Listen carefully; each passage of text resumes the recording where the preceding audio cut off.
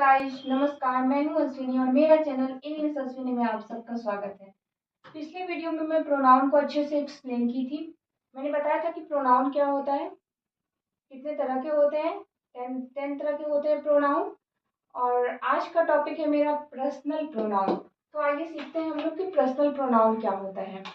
Personal pronoun I, we, you, he, she, it and they are called personal pronoun. I, we, you, he, she, it और they को personal pronoun बोलते हैं।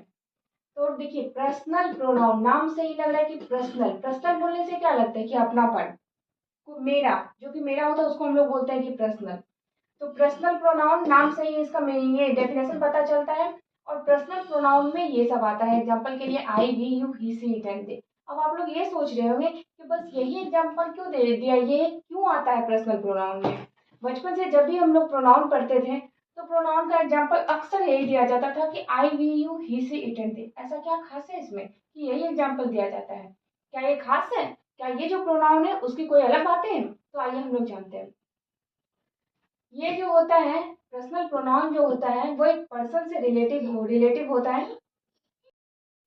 Personal का अर्थ होता है relating to person. और person 3 होते हैं, फर्स्ट पर्सन, सेकंड पर्सन और थर्ड पर्सन। तो देखिए, अब हम लोग सीखते हैं कि ये जो चार्ट है ये आप लोगों के लिए बहुत काम आने वाला है। तो आप लोग इसका स्क्रीनशॉट लेके रख सकते हैं। अब आप ये देखिए कि ये जो एग्जाम्पल है I, we, you, he, she, it and they, इसको जो इसका यूज हम पर्सनल प्रोनाउन में क्यों करते हैं?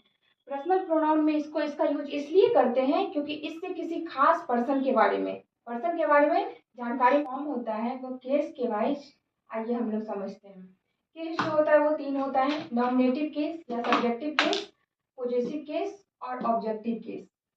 तो आई और वी के बारे में हम लोग देखते हैं कि आई जो है वो फर्स्ट पर्सन है, मैं बता चुकी हूँ। तो आई पॉजेसिव केस जो होता है उसका 2 फॉर्म होता है, एक एडजेक्टिव, पॉजेसिव एडजेक्टिव और पॉजेसिव प्रोनाउन। तो आई का हो गया माई पॉजेसिव एडजेक्टिव में, पॉजेसिव प्रोनाउन में हो गया माइन और ऑब्जेक्टिव केस में हो गया मी। वी का हो गया आवर पॉजेसिव एडजेक्टिव में, पॉजेसिव प्रोनाउन में हो गया आवर्स और ऑब्जेक्टिव केस में हो गया अस। यू का हो गया योर, योर्स और यू। ही का हो गया हिज, हिम। सी का हो गया हर, हर। इट का हो गया इट्स, इट। दे का हो गया देयर, देयर्स, देम।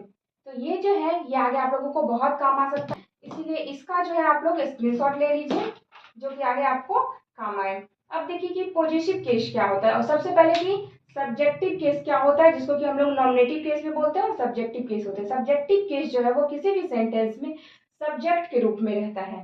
जैसे कि आई सब्जेक्ट यानी कि जो खुद कोई भी काम करता है उसके रूप में। जैसे कि आई हैव अ बुक, मेरे पास एक बुक है, तो उसमें आई क्या हो गया, सब्जेक्टिव केस हो गया। अब देखिए कि पॉजेसिव केस क्या होता है। पॉजेसिव केस मतलब कि जब आपको अपना अधिकार जताते हैं किसी भी चीज पे कि यह मेरा है। दिस बुक इज माई, यह बुक मेरा है। दिस इज माई बुक, यह मेरी किताबें हैं। This is my pen, this is my car. तो उसमें जो होता है वो पॉजेसिव केस का यूज होता है। अब एडजेक्टिव का अलग यूज होता है, प्रोनाउन का अलग यूज होता है। ऑब्जेक्टिव केस होता है किसी भी सेंटेंस में ऑब्जेक्ट के रूप में, ऑब्जेक्ट के रूप में जो यूज होता है तो उसमें हम लोग ऑब्जेक्टिव केस लगाते हैं, जैसे कि मी। तो अब देखिए इट जो है वो नॉन लिविंग थिंग्स के लिए यूज होता है। ये हम लोग शुरू से सीखते आए हैं कि इट का यूज जो है वो नॉन लिविंग थिंग्स के लिए होता है। लेकिन बहुत सारी ऐसे केसेस होते हैं जिसमें इट का यूज लिविंग थिंग्स के लिए भी करते हैं। जैसे कि जिसका जेंडर हम लोगों को पता नहीं होता है कि ये मेल है या फीमेल है, उसके लिए हम लोग इट का यूज करते हैं। जैसे कि बेबी, बेबी बोलने से क्या लगता है कि वो बच्चा बॉय है गर्ल है, नहीं पता चलता है। तो छोटे बच्चों के लिए हम लोग ईट का यूज करते हैं, या फिर एनिमल के लिए ईट का यूज करते हैं, या फिर टीचर के लिए करते हैं। ऐसे बहुत सारे एग्जाम्पल्स हैं जिसमें हम लोग की ईट का यूज करते हैं। तो अब आइए हम लोग देखते हैं कि सब्जेक्टिव केस और ऑब्जेक्टिव केस। जो तुम मुझे पढ़ाते हो, अब इस सेंटेंस में देखिए कि कौन सा सब्जेक्टिव केस है कौन सा ऑब्जेक्टिव केस है। तुम मुझे पढ़ाते हो, तो यहाँ तुम जो हो गया वो सब्जेक्टिव केस है और मुझे जो हो गया वो ऑब्जेक्टिव केस है। यहाँ देखिए मैं उसे बुलाता हूँ, मैं जो हो गया वो सब्जेक्टिव केस है और उसे जो है वो ऑब्जेक्टिव केस है। तो आप लोग को अच्छे से समझ में आ गया होगा कि सब्जेक्टिव केस क्या होता है, ऑब्जेक्टिव केस क्या होता है और पॉजिटिव केस के बारे में मैं बता चुकी हूँ कि जिससे कि अपनापन का अधिकार हो। जैसे कि दिस इज माई बुक, यह मेरी बुक है, तो इसमें ये इसमें पॉजिटिव केस लगता है। तो आज के लिए इतना ही। अगर मेरा वीडियो अच्छा लगे तो लाइक शेयर और सब्सक्राइब करना ना भूलें, साथ ही बेल आइकन को भी प्रेस कर दीजिए। Thank you.